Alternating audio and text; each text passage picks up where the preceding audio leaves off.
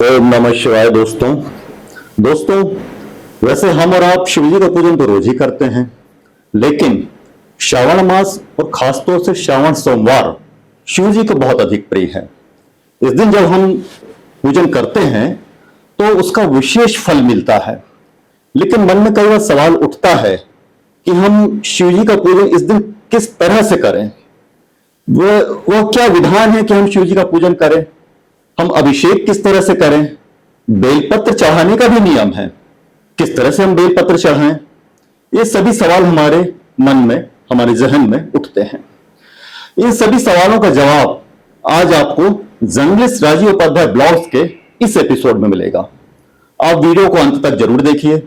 जो नए साथी हमारे साथ जुड़े हुए हैं, प्लीज चैनल को सब्सक्राइब कीजिए। आज इन सवालों का जवाब देने के लिए हमारे साथ चर्चा में शामिल हैं मध्य प्रदेश जबलपुर के कचनार सिटी स्थित बड़े शंकर जी के मुख्य पुजारी व कथावाचक पंडित सुरेंद्र शास्त्री जी। पंडित जी, आपका बहुत बहुत स्वागत है। धन्यवाद। पंडित जी, श्रावण मास शिव जी को इतना प्रिय क्यों है? ऐसा क्या विशेष महत्व है? देखिए, श्रावण जैसे पुरुषोत्तम मास भगवान विष्णु जी को प्रिय है, वैसे ही 12 महीनों में श्रावण का मास भोलेनाथ जी को बहुत प्रिय है जी। अब ये प्रिय क्यों है, इसके बारे में थोड़ा सा बता देते हैं जी। ये इसलिए प्रिय है क्योंकि जब समुद्र मंथन हुआ था जी, तो समुद्र मंथन के समय सबसे पहले हलाहल विष निकला। सारे देवता भगवान के कहने पर शिव जी के पास गए और शिव जी से प्रार्थना की, तो शिव जी ने उस विष का पान किया, हलाहल का। ततः कर्तली कृत्या व्यापी हालाहलम विषम, तो कर्तली भगवान ने बनाकर विष का पान किया। जब विष का पान किया तो भगवान ने को याद आया शिव जी को कि हमारे हृदय में तो राम रहते, तो अब हम क्या करें। तो शिव ने उस विष को कंठ में रोक लिया जी। भगवान का स्वरूप है कर्पूर के जैसे गौर वर्ण, लेकिन कंठ नीला पड़ गया विष के प्रभाव से, तो नीलकंठ महादेव भगवान का नाम पड़ा जी। इसके पश्चात सारे देवताओं ने मिलकर भगवान के इस ताप को शांत करने के लिए, जहर के ताप को शांत करने के लिए जी, जब गंगा जल और दुग्ध से अभिषेक किया, उस समय श्रावण का महीना था। अच्छा अच्छा। तो श्रावण भगवान को प्रिय हो गया जी। दूसरा एक और कारण है कि जब माता पार्वती सती तो सती हो गई थी, दूसरा जन्म लिया पार्वती जी के रूप में, तो हिमालय में माता पार्वती शिव जी को प्राप्त करने के लिए तपस्या करती थी। तो श्रावण के महीने में उन्होंने विशेष तपस्या की। अच्छा। इसके बाद जो चातुर्मास लगता है, ये पहले ही आता है, श्रावण के मास से ही चातुर्मास शुरू होता है जी। तो चातुर्मास में शिव जी के पास पूरी सृष्टि का संचालन, संहार और भरण पोषण सारा जिम्मा रहता है जी। तो ये प्रथम मास है। तो ऐसे 3-4 कारण हैं जिसके कारण श्रावण का महीना भगवान शिव जी को प्रिय है। फिर श्रावण मास में भी सोमवार की बात करें तो सोमवार भी भगवान को प्रिय है। अच्छा। क्योंकि भगवान चंद्रमा को धारण करे हैं सिर पे जी। और सोमवार चंद्रवार कहलाता है, तो सोमवार ज्यादा प्रिय। तो श्रावण मास प्रिय और सोमवार अगर पड़ जाए तो और ज्यादा प्रिय। अच्छा अच्छा। ये होता है, इसलिए श्रावण में पूजन का ज्यादा महत्व है भोलेनाथ की जी। अब यदि हम घर में ही पूजन कर रहे हैं जी, तो विधान क्या है? खासतौर से अभिषेक जब किया जाता है तो लोगों को बड़ा कंफ्यूजन होता है कि हम शिवलिंग में जलहरी की दिशा किस ओर रखें, बेलपत्र कैसे चढ़ाएं। हाँ। तो इसके बारे में थोड़ा बताइए। देखिए, बिल्कुल भोलेनाथ तो भोलेनाथ है जी, लेकिन पूजन करते समय थोड़ी सावधानियां सबको जरूर बरतनी चाहिए। वो सावधानियां क्या हैं कि पहले शरीर को शुद्ध करें जी, स्नान करके शुद्ध वस्त्र पहने, उसके बाद चौक पूर के भगवान को स्थापित करें। अब शिवलिंग हमारे पास है तो शिवलिंग स्थापित करें, नहीं तो पारद ये मिट्टी के शिव जी बना के उनको स्थापित करके पूजन कर सकते हैं जी। लेकिन समस्या ये है कि लोगों को ये नहीं मालूम रहता कि जलहरी की दिशा किस ओर होनी चाहिए, जैसा आपने भी कहा जी। तो जलहरी की दिशा हमेशा से उत्तर की दिशा में होती है। अच्छा। जलहरी का जो जल जाता है वो सीधे उत्तर की दिशा में गिरे, तो हम जहां बैठे हैं या तो हम पूर्व मुख होकर बैठे तो जलहरी हमारे लेफ्ट तरफ रहेगी, उत्तर की तरफ। अच्छा। तो ये विधान है, तो उत्तर की तरफ जलहरी होती है, उस फिर भगवान का पूजन करते हैं। अब पूजन के लिए अगर घर में कोई अभिषेक करना चाहता है पूजन करना चाहता है, पंडित जी को, ब्राह्मणों को बुलाने का समय नहीं है, और रोज इनको सावन के महीने में या जब भी पूजन करना है, तो नियम कुछ नहीं है। नियम केवल इतना है कि आप शुद्ध मन से शरीर को शुद्ध पवित्र करके भगवान को स्थापित करके जल चढ़ाइए। अगर मंत्र नहीं आता तो जलम समर्पयामि, फिर दूध चढ़ाइए, फिर जल चढ़ाइए, फिर दही चढ़ाइए, फिर जल चढ़ाइए, फिर घी से स्नान कराइए, फिर से जल चढ़ाइए, फिर शहद से स्नान कराइए, फिर जल चढ़ाइए, फिर शक्कर से स्नान कराइए, फिर जल चढ़ाइए, फिर पंचामृत से स्नान कराइए, फिर जल चढ़ाइए। ये सामान्य विधि। ये जो आपने बताया, तो ये प्रक्रिया मतलब इसका सिविटी बना रहना चाहिए? बिल्कुल बना रहना चाहिए। अच्छा। हाँ, अगर नहीं भी बनता तो उससे कोई दुष्परिणाम नहीं है जी। लेकिन जो आचार्य लोग होते हैं वो इसी क्रम से पूजन कराते हैं। तो ये जो क्रम हमने बताया है जी, इसी क्रम से अगर पूजन करेंगे जी, तो ज्यादा फलदायी होगा। शिव जी का पूजन, एक तो ये बात होगी कि केवल जल से किया जा सकता है जी। अगर किसी के मन में शंका हो जाए तो भाई पूरी विधि विधान से पूजन कर लें, या तो आचार्य को बुला लें जी, या केवल जो हमने प्रक्रिया बताई दूध दही घी शक्कर से पंचामृत से स्नान कराने के बाद भगवान को अच्छे से श्रृंगारित कर दें जी। और बेलपत्र के बारे में आपने पूछा था। हाँ, बेलपत्र। बेलपत्र, तो बेलपत्र के बारे में, ये बेलपत्र रखिए, इसको ले सकते हैं। हाँ, ये बेलपत्र है जी। इस बेल सब लोग देख भी सकते हैं, आपके दर्शक जो हैं। दिखाइए। तो ये उल्टी बेलपत्र है, ये सीधी बेलपत्र है। अच्छा। तो बेलपत्र को जब हम तोड़ के लाए तो बेल वृक्ष से हमको प्रार्थना करनी चाहिए कि हम आपके वृक्ष से ये बेलपत्र तोड़ रहे हैं शिव जी को चढ़ाने के लिए। अच्छा। तो ये हमारा कार्य सिद्ध हो जाए, ऐसी प्रार्थना करके पेड़ से बेलपत्र तोड़ लें। अच्छा। और तोड़, ये जो गांठ दिख रही है, इस गांठ को तोड़ के अलग करके फिर शिव जी को जो अर्पित करते हैं वो ये। अच्छा। हाँ, ऐसे शिव जी तो मतलब ये जो चिकना हिस्सा है, ये जो चिकना वाला भाग है, ये नीचे रहता है जी, और ये ऊपर, मतलब कुल मिलाकर उल्टी बेलपत्र चढ़ाते हैं। अच्छा। ये ऐसे।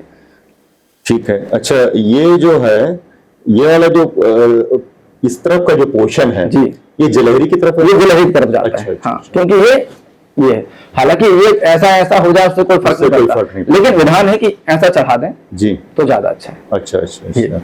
बस इसका ये विधान है। जी। यदि घर में एक से अधिक शिवलिंग हैं, कई बार घर में होते हैं कि स्टोन के भी होते हैं, स्फटिक के भी होते हैं और पारद के भी होते हैं, तो ऐसी स्थिति में जब अभिषेक किया जाता है तो क्या तीनों का अभिषेक करना जरूरी है कि एक ही का अभिषेक? देखिए, ये विषय बड़ा गंभीर है जी, ये लोगों की आस्था से भी जुड़ा हुआ है जी। तो सबसे पहले तो ये समझ लें कि अलग अलग धातुओं के शिवलिंग से हम जब अभिषेक करते हैं तो उसका अलग अलग फल मिलता है, ये शिव पुराण में वर्णित है। अच्छा। तो जैसे अलग अलग व्यंजनों को आप स्वाद लेते हैं, सब मिला के थाली में रखे सब हैं लेकिन खा नहीं सकते जी, वैसे ही भगवान की आस्था के साथ भी खिलवाड़ नहीं करना चाहिए। अब सब कुछ एक बार में तो प्राप्त हो नहीं जाएगा जी, कि धन चाहिए तो इससे अभिषेक कर लें, बुद्धि चाहिए तो ये कर लें, ऐश्वर्य चाहिए तो ये कर लें। एक में आस्था रखें जी, कोई भी एक शिवलिंग उसका पूजन करें, पूरे भाव से उनको स्नान कराएं। अगर 4 रात रख लिया आपने और फिर एक को कम दही चढ़ाया, दूसरे को ज्यादा चढ़ाया, मन में ये धारणा आ गई कि इनको चढ़ाने से ज्यादा पुण्य मिलता है, इनको चढ़ाए, तो वो पूरा पूजन व्यर्थ हो जाएगा जी।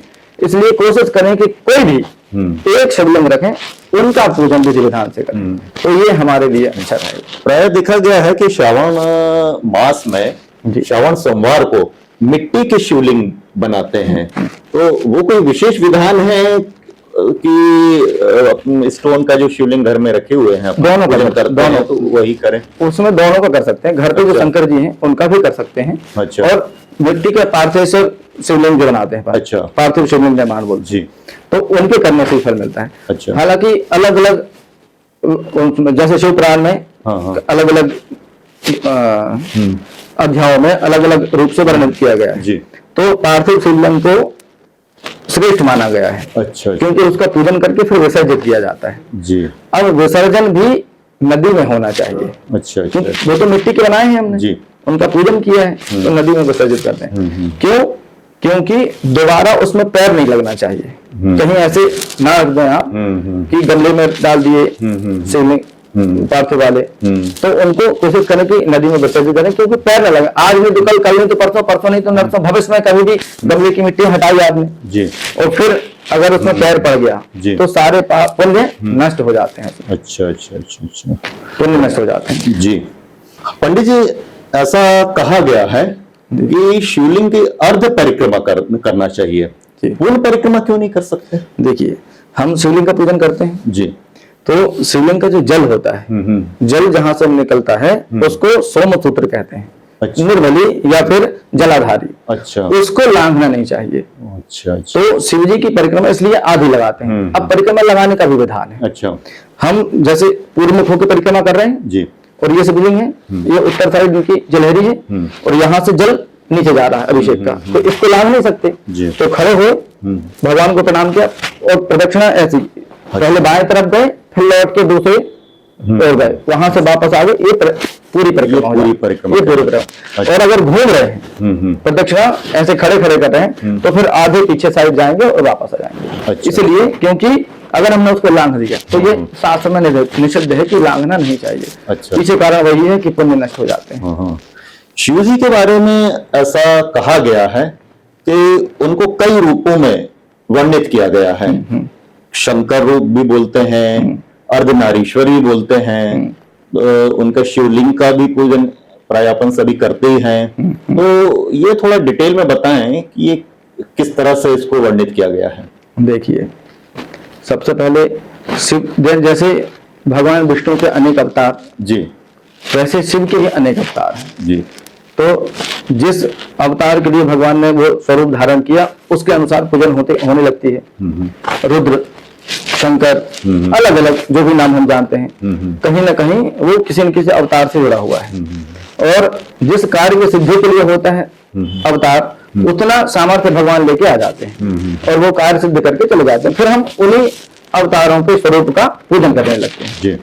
अब शिव जी की दो प्रकार से पूजन होती है। जी। एक होते है शिवलिंग का पूजन और एक होता है विग्रह का पूजन। तो शिव पुराण में एक वर्णन आता है कि शिवलिंग, सारे देवताओं का तो केवल विग्रह का पूजन होता है, लेकिन शिव जी का दो प्रकार से पूजन होता है। एक विग्रह का भी होता है और दूसरा शिवलिंग का भी होता है। तो शिवलिंग को निष्कल निराकार स्वरूप जो भगवान का है, ब्रह्म स्वरूप शिव जी का, वो उसका प्रतीक है जो शिवलिंग है जी।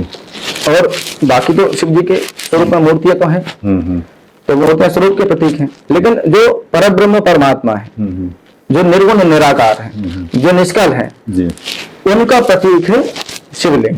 अच्छा। अब शिवलिंग की उत्पत्ति की भी एक कथा आती है जी। तो शिवलिंग की उत्पत्ति कहाँ से हो गई, ये भी आपके दर्शकों को पता होना चाहिए जी। क्योंकि अभी लोगों के पास इतना समय नहीं है कि पुराण पढ़ें जी, क्योंकि ये भागदौड़ भरी जिंदगी है। तो शिवलिंग की उत्पत्ति हुई, शिव पुराण में ये कथा आती है। अच्छा। तो कि एक बार ब्रह्मा जी और भगवान विष्णु दोनों ने सोचा कि मैं श्रेष्ठ हूं। ये केवल लीला है। हाँ। दोनों ने सोचा कि मैं श्रेष्ठ हूं, मैं तुमसे ज्यादा श्रेष्ठ हूं, मैं तुमसे ज्यादा श्रेष्ठ हूं। तो थोड़ा सा मनमुटाव हुआ और दोनों में एक ऐसी स्थिति बनी कि युद्ध होने लगा। अच्छा।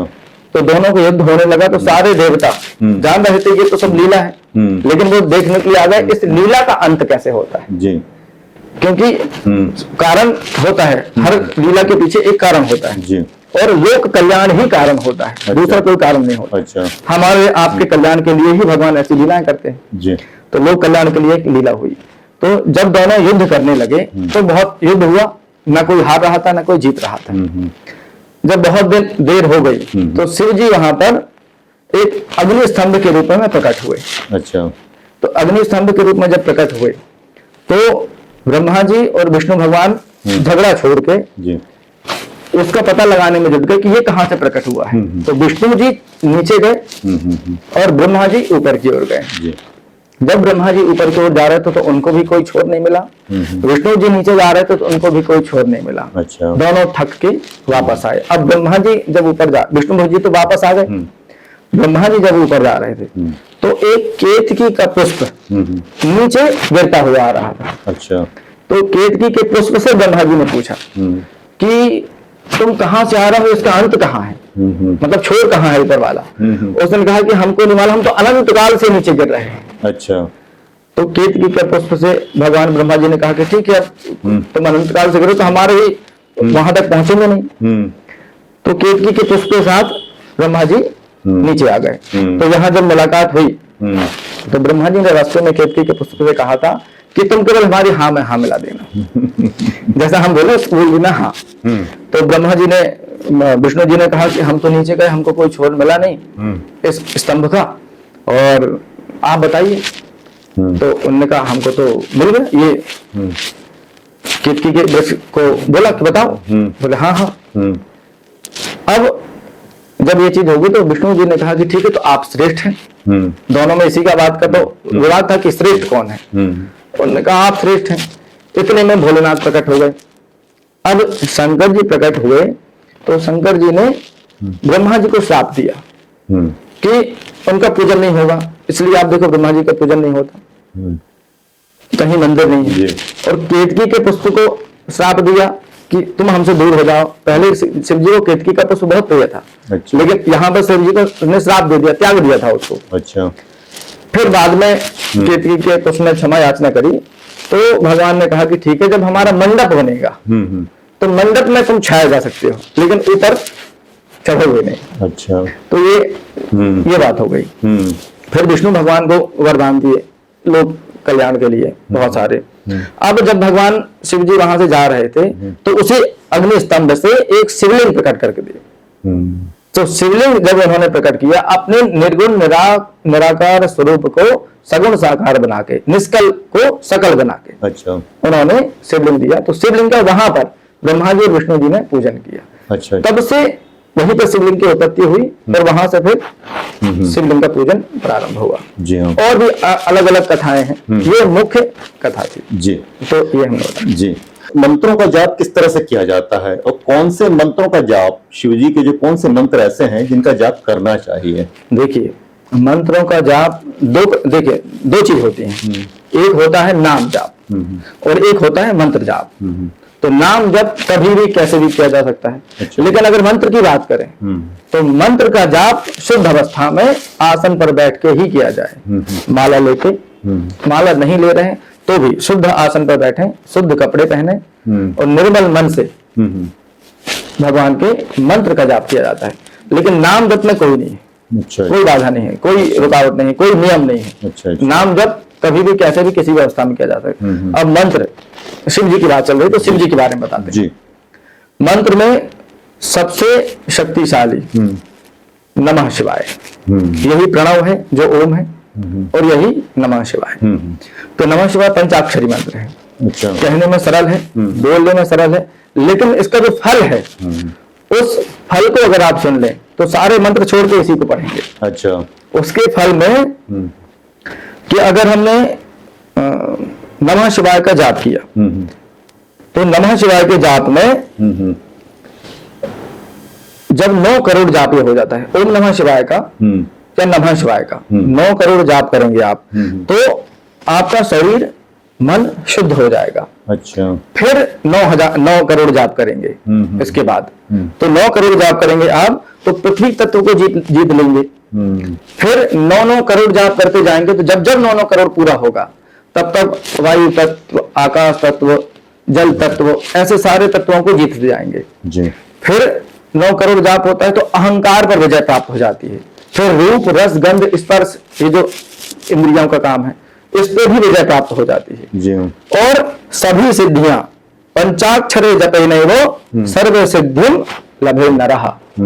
अगर पंचाक्षर मंत्र का जाप करें तो सभी प्रकार की सिद्धियां आपको प्राप्त हो सकती हैं। ये पंचाक्षर मंत्र है। लेकिन आपने जो संख्या बताई 9 करोड़, नमः शिवाय, नमः शिवाय, नमः शिवाय, ओम नमः शिवाय, दोनों नमः शिवाय भी कर सकते हैं, ओम नमः शिवाय भी कर सकते हैं। अच्छा। बस बोला जाता है कि स्त्रियों को ओम नहीं लगाना चाहिए, नमः शिवाय अकेला करना चाहिए। पुरुष ओम नमः शिवाय भी, नमः शिवाय भी सब कर सकते हैं, उसमें कोई बंदिश नहीं है। इतना सोचना नहीं चाहिए। अच्छा। भगवान इतना नहीं सोचते। अच्छा। भगवान केवल भाव देखते हैं कि आप क्या कर रहे हैं और किस भाव से कर रहे हैं, भाव की प्रधानता होती है जी। फिर क्योंकि एक कर्मकांड में आ गए तो मंत्र की ही प्रधानता रहेगी। जी।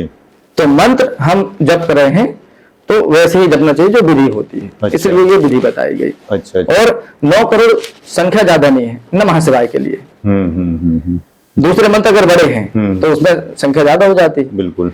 और धीरे धीरे धीरे अगर जप करें तो ये चीज हो जाती है। और भाई अगर आपको कुछ चाहिए तो कुछ तो देना पड़ेगा। सही बात है। इसलिए फिर और भी मंत्र होते हैं जी। महामृत्युंजय मंत्र है जी। त्र्यंबकम यजामहे ओम त्र्यंबकम यजामहे सुगंधिं पुष्टिवर्धनम उर्वारुकमिव बन्धनान् मृत्योर्मुक्षीयमां मामृतात् जी। ये महामृत्युंजय का मंत्र है। एक शिव गायत्री मंत्र है। इसमें बीज मंत्र भी लगा सकते हैं? नहीं। क्यों? बीज मंत्र लगा, उसकी प्रक्रिया कठिन, वो सामान्य लोग नहीं करते। अच्छा। जैसे अब वो मंत्र कैसे बोलना भी नहीं चाहिए कायदे से। अच्छा। ये पौराणिक मंत्र, ये त्र्यंबकम यजामहे ये बोल सकते हैं, लेकिन इसके आगे पीछे संपुट लगाए जाते हैं। उन संपुटों को किस क्रम में लगाना है वो एक प्रक्रिया है। तो वो आचार्य से जब हम महामृत्युंजय का अनुष्ठान कराते हैं तो वो उनसे ही कराना चाहिए। उसमें त्रुटि हुई तो फिर गड़बड़ हो जाता है। अच्छा। इसलिए उसमें फिर महामृत्युंजय मंत्र ही है जी। इसको आप कर सकते हैं त्र्यंबकम यजामहे। अच्छा, अच्छा। ये पूरा ये भी उतना ही फलकारी होता है जी। हाँ। और कुछ ऐसे शिवजी के मंत्र हैं जो आसान हो, जिनको कि सभी लोग कर सकें? देखिए, नमः शिवाय से आसान कुछ नहीं है जी। और अनंत काल से और नमः शिवाय की जितनी व्याख्या शिव पुराण में की गई है किसी दूसरे मंत्र की नहीं की गई है जी। हाँ। एक चीज और बता दें, एक शिव गायत्री मंत्र भी है, ओम तत्प्रखाय विद्महे महादेवाय धीमहि तन्नो रुद्रः प्रचोदयात्। अच्छा। इसका भी कर सकते हैं। अच्छा। लेकिन नमः शिवाय के बारे में शिव पुराण में एक लंबा चौड़ा व्याख्यान है। तो पंचाक्षरी सबसे शक्तिशाली भैया उपाध्याय जी, जब सुई से काम हो रहा है तो तलवार क्यों निकालना है? सही बात। तो नमः शिवाय से जब सारी सिद्धियां प्राप्त हो रही हैं तो कठिन रास्तों में क्यों जाना है? तो सरल रास्ते पे चुनाव करेंगे तो मंजिल पे जल्दी पहुंच जाएंगे, सकुशल पहुंच जाएंगे। कठिन रास्तों में कठिनाइयां आती हैं जी। हाँ, इसलिए नमः शिवाय सबसे अच्छा जी। हाँ। इस श्रावण मास में सभी की मनोकामना पूरी हो, तो और कुछ आप यदि बताना चाहें? देखिए, एक इससे अभी नमः शिवाय से हमको कुछ याद आया। अच्छा। ये किसी बात का खंडन नहीं है। हाँ हाँ। लेकिन एक सामान्य प्रक्रिया है जो हम आज समझा दे रहे हैं। शायद भगवान की ऐसी कृपा है कि आपके माध्यम से लोगों को ये पता चल जाए जी। सामान्य प्रक्रिया और भगवान के आदेश के देखिए, मेन चीज ये है कि लोग एक मंत्र बीच में चला था, श्री शिवाय नमस्तुभ्यम जी। हम इसका खंडन नहीं कर रहे हैं। अच्छा। क्योंकि ये श्लोक है जी। अब उसको पूरा सुनिए। एक विदेश शिव पुराण में लिखा है, आप चाहे देख सकते हैं मंगा के शिव पुराण। तो श्री शिवाय नमस्तुभ्यम मुखम व्याहृते यदा तन्मुखम पावनम तीर्थम सर्व पाप विनाशनम। ये पूरा श्लोक है। अच्छा। और श्लोक का अर्थ ये है कि हे शिव शंकर, आपको प्रणाम है। जो आपको प्रणाम करता है उसका मुख सारे तीर्थों का केंद्र बन जाता है। अच्छा। तो जो आपके मुख का दर्शन करेगा, जो नमः शिवाय बोल रहा है या शिव जी का नाम ले रहा है, तो वो उसको सारे तीर्थों का पुण्य मिल गया जी। अब लोग ये बोल रहे हैं कि श्री शिवाय नमस्तुभ्यम, श्री शिवाय नमस्तुभ्यम, अर्थात मतलब ये हुआ कि आप बोल रहे हो कि भगवान को प्रणाम करो, शंकर जी को प्रणाम करो, लेकिन कर नहीं रहे हो। अच्छा। समझ रहे हैं जी। आपको बुखार चढ़ी है, आप डॉक्टर के पास चले गए जी, और डॉक्टर के पास चले गए, डॉक्टर ने कहा कि ये दवाई हम लिख दी, इसको खाना है। अब आप घर में बैठे हैं, दवाई सामने रखे, डॉक्टर ने कहा ये दवाई खाना है, डॉक्टर ने कहा ये दवाई खाना है, डॉक्टर ने कहा ये दवाई खाना है, लेकिन खा नहीं रहे हो। अच्छा। ये बहुत बड़ा उसमें डिफरेंट फर्क है ये। अच्छा अच्छा। तो जब तक आप दवाई खाएंगे नहीं आपको आराम लगेगा नहीं जी। हाँ जी। तो जब तक आप भगवान के मंत्र का जाप नहीं करेंगे या उनका ध्यान नहीं करेंगे तो वहां तक पहुंचेगा कैसे? सही बात। भाई हम आपसे बोल दें कि ये कर लीजिए, आपने बोल दिया किसी और से ये कर लीजिए, लेकिन कर नहीं रहा है, कर नहीं रहे। ये बड़ी विडंबना है जी। हाँ जी। तो ये समझना पड़ेगा जी। हाँ जी। तो नमः शिवाय सबसे अच्छा है, सबसे अच्छा, बिल्कुल जी। हाँ जी। तो ये चीज है। पंडित जी, पूजन में दीपक जलाने का भी कोई विधान है क्या? बिल्कुल है। अच्छा। देखिए, दीपक जब हम षोडशोपचार विधि से भगवान का पूजन करते हैं तो एक विधि उसमें दीपक जलाना भी है, दीपक का जी। उसका मंत्र भी है जी। और दीपक, अकेला दीपक जलाने से एक अच्छी बात याद आ गई कि दीपक अकेला अगर कोई शिव जी के पास जला दे तो उसमें भी भोलेनाथ प्रसन्न हो जाते हैं। अच्छा। तो उसमें एक पूरा पौराणिक इतिहास है जी। पूरी एक कथा है कि एक यज्ञदत्त नामक एक ब्राह्मण थे, उनका पुत्र था, उसका नाम था गुणनिधि। अच्छा।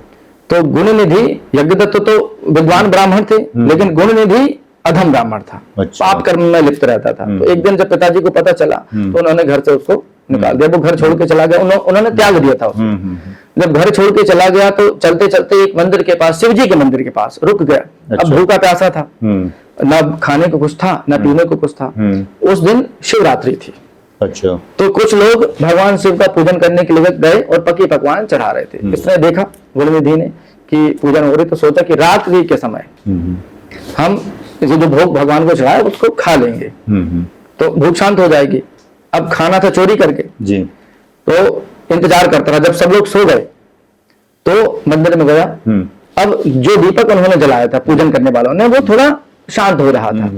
तो दीपक शांत हो रहा था, उसने देखा, देखेगा कैसे कि कहाँ क्या चढ़ा है, कौन सा फल, कौन सी मिठाई, पकवान कहाँ चढ़े हैं।